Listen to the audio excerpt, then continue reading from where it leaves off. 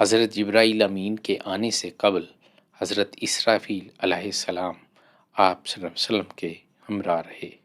امام احمد نے اپنی تاریخ میں صحیح سند کے ساتھ حضرت عامر شبی کے روایت کیا ہے کہ جب آپ صلی اللہ علیہ وسلم پر وحی کا نزول ہوا، اس وقت آپ صلی اللہ علیہ وسلم کی عمر مبارک 40 برس تھی۔ آپ صلی اللہ علیہ وسلم کے ہمراہ حضرت اسرافیل علیہ السلام 3 سال رہے۔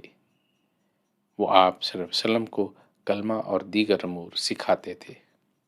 قرآن پاک آپ صلی اللہ علیہ وسلم کی زبان اقدس میں ابھی تک نہیں اترا تھا۔ جب 3 سال گزر گئے تو حضرت جبرائیل امین علیہ السلام آ گئے۔ وہ 23 سال تک آپ صلی اللہ علیہ وسلم کی زبان اقدس میں قرآن پاک کا نزول کرتے رہے۔ 13 سال تک مکہ مکرمہ میں اور 10 سال تک مدینہ طیبہ میں۔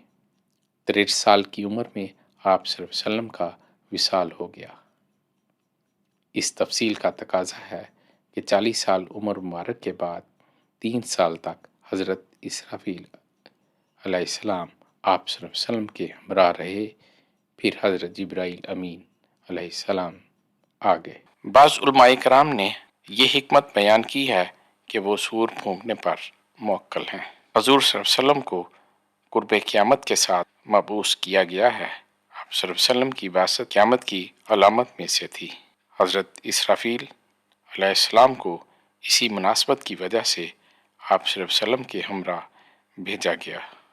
آپ صلی اللہ علیہ وسلم سے قبل کسی اور نبی کے ساتھ نہیں بھیجا گیا تھا۔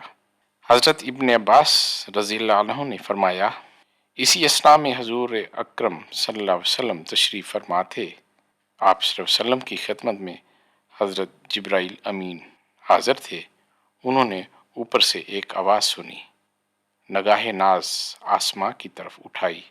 حضرت جبرائیل نے عرض کی، محمد مصطفیٰ صلی اللہ علیہ وسلم، یہ وہ فرشتہ ہے جو ابھی زمین پر آیا ہے، اس سے قبل یہ زمین پر کبھی نہیں آیا۔ وہ آپ صلی اللہ علیہ وسلم کی خدمت میں آیا ہے۔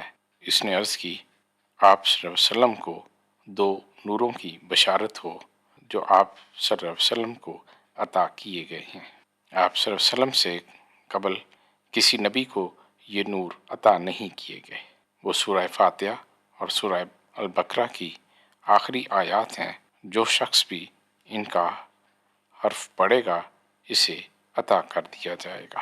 امام طبرانی اور امام بہقی نے الزہد میں حسن سند کے ساتھ حضرت ابن عباس رضی اللہ عنہ سے روایت کیا۔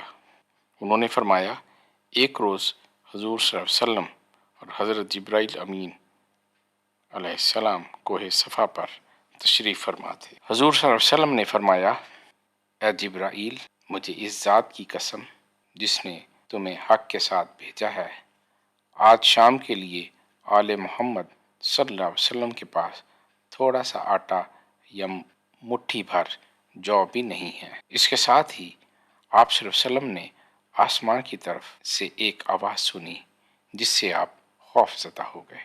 آپ صلی اللہ علیہ وسلم نے فرمایا، کیا رب تعالیٰ نے قیام کا حکم دیا ہے؟ حضرت جبرائیل علیہ السلام نے عرض کیا، نہیں، بلکہ رب تعالیٰ نے حضرت اسرافیل علیہ السلام کو حکم دیا ہے کہ وہ آپ صلی اللہ علیہ وسلم کے پاس حاضر ہو جائیں۔ اللہ تعالیٰ نے آپ صلی اللہ علیہ وسلم کا کلام سن لیا ہے۔ حضرت اسرافیل آپ صلی اللہ علیہ وسلم کی خدمت میں حاضر ہو گئے۔ انہوں نے عرض کی، رب تعالیٰ نے مجھے آپ صلی اللہ علیہ وسلم کے پاس زمین کے خزانوں کی چابیاں دے کر بھیجا ہے۔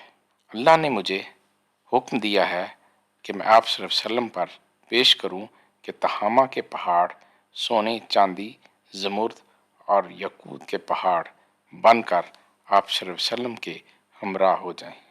فرشتے نے عرض کی، آپ صلی اللہ علیہ وسلم چاہیں تو بادشاہ نبی بن جائیں یا عبد نبی بن جائیں۔ حضرت جبرائیل امین علیہ السلام نے آپ صلی اللہ علیہ وسلم کو عاجزی کا اشارہ کیا۔ آپ صلی اللہ علیہ وسلم نے 3 دفعہ فرمایا، میں عبد نبی بننا چاہتا ہوں۔ حضرت ابو ہریرہ رضی اللہ عنہ سے روایت ہے کہ حضور صلی اللہ علیہ وسلم تشریف فرما تھے۔ آپ صلی اللہ علیہ وسلم نے آسمان کی طرف دیکھا، ایک فرشتہ اترا۔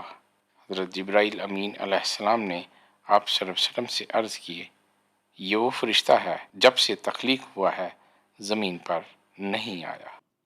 حضرت عبداللہ بن عباس سے روایت ہے کہ جب نبی کریم صلی اللہ علیہ وسلم کی بارگاہ میں حضرت جبرائیل علیہ السلام آتے اور وحی سے پہلے بسم اللہ الرحمن الرحیم پڑھتے تو آپ جان جاتے کہ یہاں سے نئی صورت کا آغاز ہو رہا ہے اور سابقہ صورت مکمل ہو چکی ہے۔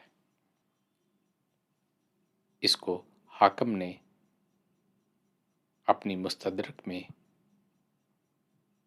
نقل کیا ہے۔ اس کا نمبر 4218 ہے۔